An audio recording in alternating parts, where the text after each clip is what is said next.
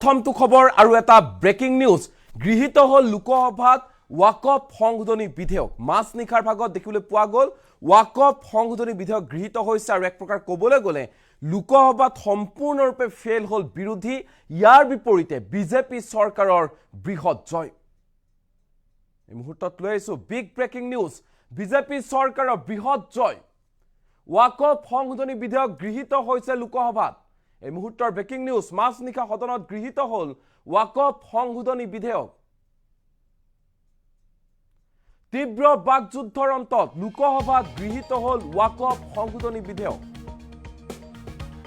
দিনজোৰা বিতৰ্কৰ অন্তত নিখা 12 বজাৰ পৰা সংসদত আৰম্ভ হৈছিল আলোচনা তাৰ পিছত তীব্ৰ বাক বিতণ্ডাৰ অন্তত গৃহীত হয় এই বিধেয়কখন সংসদত চলে বিধেয়কখনক লৈ ভোটদান আৰু ভোটদানৰ অন্তত অৱশেষত গৃহীত হয় এই বিধেয়কখন ওয়াকফ সংশোধনী বিধেয়ক গৃহীত হৈছে লোকসভাত বিধেয়কখনৰ পক্ষত 288টা ভোট পৰে বিধেয়কখনৰ পক্ষত সমৰ্থন জনাই 288 গৰাকী সাংসদে আৰু বিধেয়কখনৰ বিপক্ষে পৰে 232টাকৈ ভোট আৰু মাছ নিখা এনে ধৰণে লোকসভাত গৃহীত হৈছে ওয়াকফ সংশোধনী বিধেয়ক ওয়াকফ সংশোধনী বিধেয়কক লৈ কালি দেখিবলৈ পোৱা গৈছিল দিনজোৰা বিতৰ্ক হৈছিল তীব্ৰ বাকযুদ্ধত লিপ্ত হৈছিল শাসকি আৰু বিৰোধী পক্ষ আৰু ইয়াৰ মাজতে মাছ নিখা 12 বজাৰ পৰা পুনৰ আলোচনা চলিছিল ভোটদান হল আৰু ভোটদানত দেখিবলৈ পোৱা গল যে বিধেয়কখনৰ পক্ষত পৰে সমৰ্থন আগবঢ়াই 288 গৰাকীকৈ সাংসদে আৰু ইয়াৰ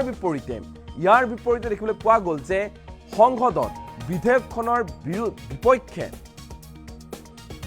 বিপক্ষে ভোটদানো হয় আৰু 288 গৰাকীয়ে সমৰ্থন আগবঢ়াৰ বিপৰীতে 232 গৰাকীয়ে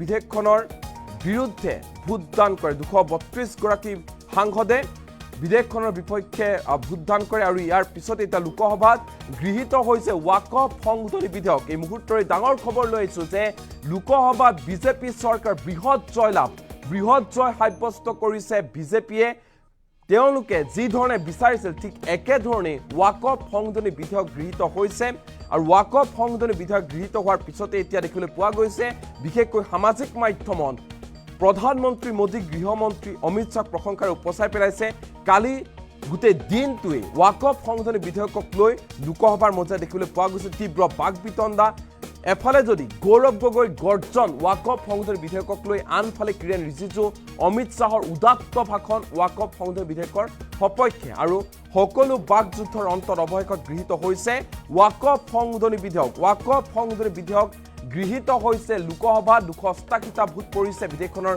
সপক্ষে আৰু বিধেয়কখনৰ বিপক্ষে পৰিছে 232টাকৈ ভোট এই মুহূৰ্তত মন্তব্য আছে সদনত কালি লোকসভাত যি সময়ত গৃহীত হৈছে বিধেয়কখন সমান্তৰালকৈ দেখিবলৈ পোৱা গৈছে যে গৌৰৱ গগৈ কি ধৰণে গৰজি উঠিছিল সেয়াও আমাৰ লগত আছে সকলোবোৰ একাধিক্ৰমে এই মুহূৰ্তত দেখাবলৈ চেষ্টা কৰিম सदस्य माननीय सदस्यगण शुद्धि के अद्यतन मत विभाजन का परिणाम इस प्रकार है पक्ष में 288 विपक्ष में 232 प्रस्ताव स्वीकृत हुआ और विधेयक यथा संशोधित पारित हुआ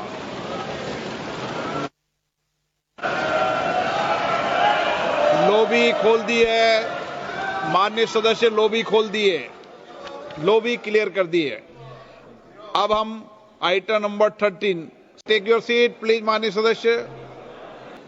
माननीय सदस्यगण शुद्धि के अद्यतन मत विभाजन का परिणाम इस प्रकार है पक्ष में 288 विपक्ष में 232 प्रस्ताव स्वीकृत हुआ और विधेयक यथा संशोधित पारित हुआ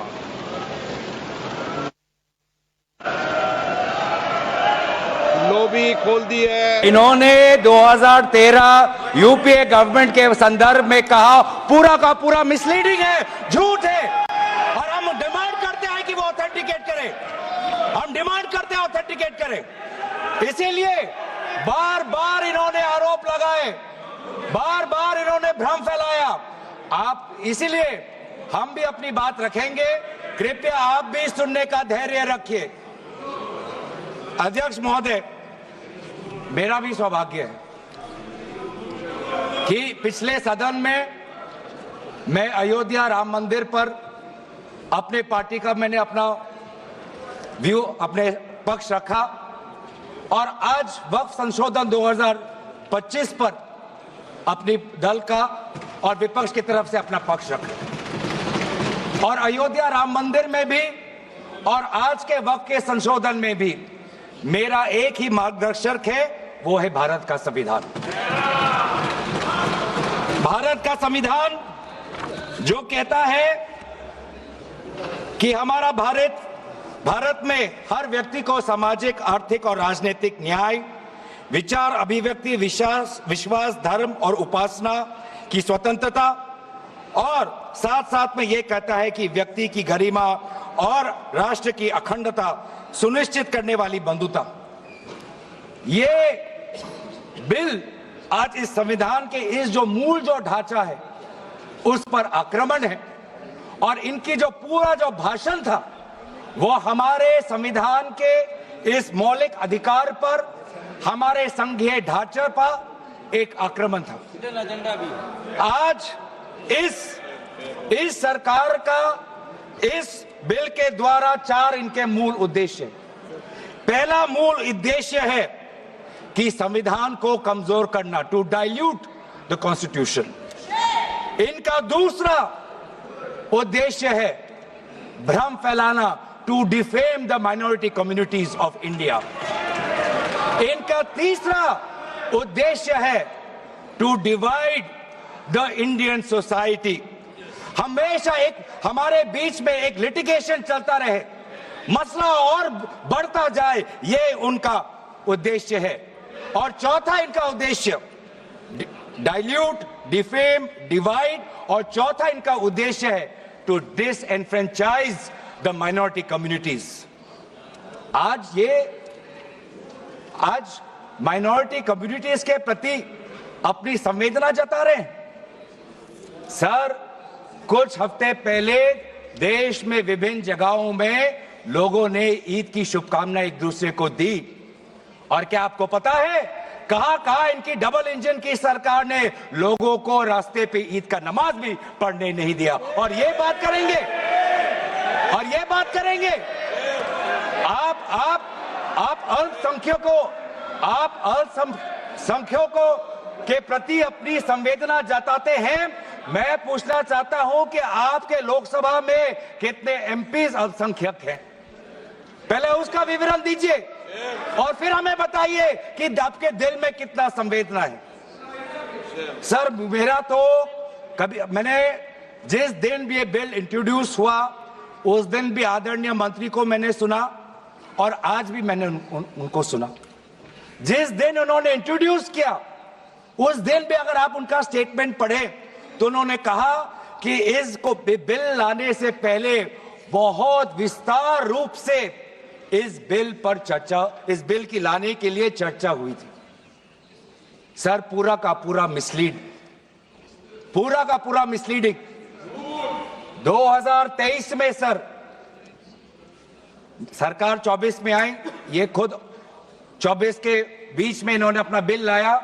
23 सन के वर्ष में 4 बार माइनॉरिटी अफेयर्स कमेटी की बैठक हुई।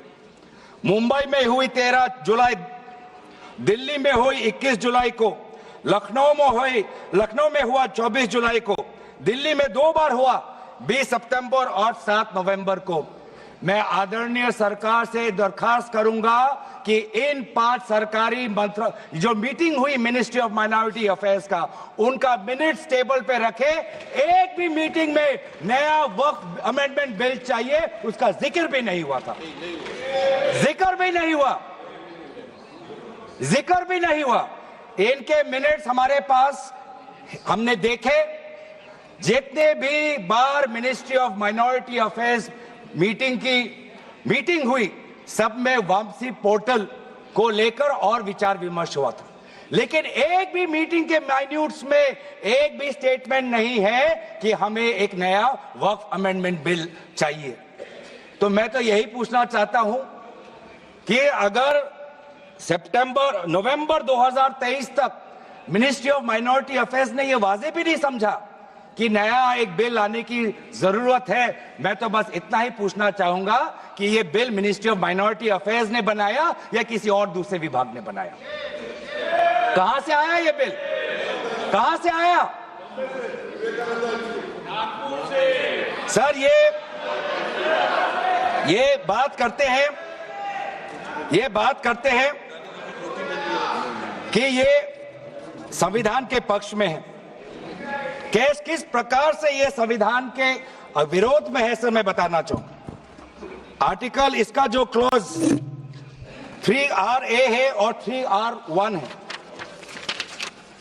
इसका 3RA क्या है सर? 3RA ये कहता है एनी पर्सन शोइंग और demonstrating that he is practising इस्लाम।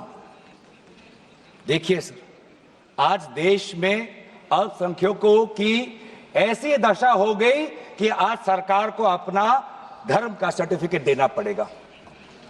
कितने दुख की बात है कि भारत नहीं है, क्या बात कर रहे हो, हिंदू थोड़ी है। भारत एक सनातन धर्म का एक देश, 7000 पुराना, उससे भी पुराना ये देश, जिसमें हर धर्म और हर संस्कृति, हर परंपरा को हम सम्मान करते हैं। आज सरकार को ये हमें सर्टिफिकेट देना पड़ेगा कि हम किस धर्म को हम विश्वास रखते हैं। क्या ये दूसरे धर्मों से इस प्रकार का सर्टिफिकेट मांगेंगे कि आपका 5 साल हुआ या नहीं हुआ? ये सिर्फ इसी बिल में क्यों? ये संविधान के विरोध में नहीं है? ये आर्टिकल 26 के विरोध में नहीं है? सरकार क्यों धर्म के इस मामले में दखल अंदाजी कर रही है कि आप इस धर्म का आप विश्वास करते हो कि नहीं हो, उसका पहले मुझे सर्टिफिकेट दो? ये किस प्रकार का न्याय बना रहे हैं? ये किस प्रकार का कानून हम बना रहे हैं? 3R1 क्या कहता है सर? इनका 3R1 जो आज इन्होंने हटा ही दिया है। Take your seat please. माननीय सदस्यगण, शुद्धि के अद्यतन मत विभाजन का परिणाम इस प्रकार है। पक्ष में 288, विपक्ष में 232। प्रस्ताव स्वीकृत हुआ और विधेयक यथा संशोधित पारित हुआ।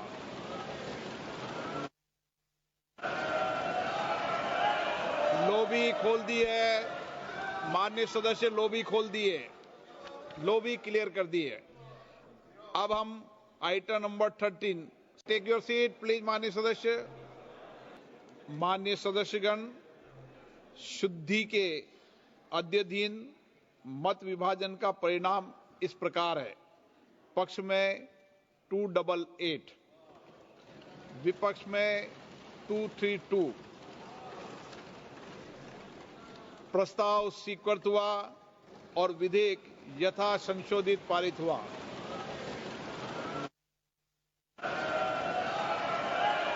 लॉबी खोल दी है माननीय सदस्य, लॉबी खोल दी है, लॉबी क्लियर कर दी है।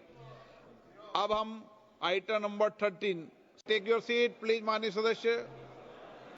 माननीय सदस्यगण, शुद्धि के अद्यतन मत विभाजन का परिणाम इस प्रकार है। पक्ष में 288, विपक्ष में 232। प्रस्ताव स्वीकृत हुआ और विधेयक यथा संशोधित पारित हुआ।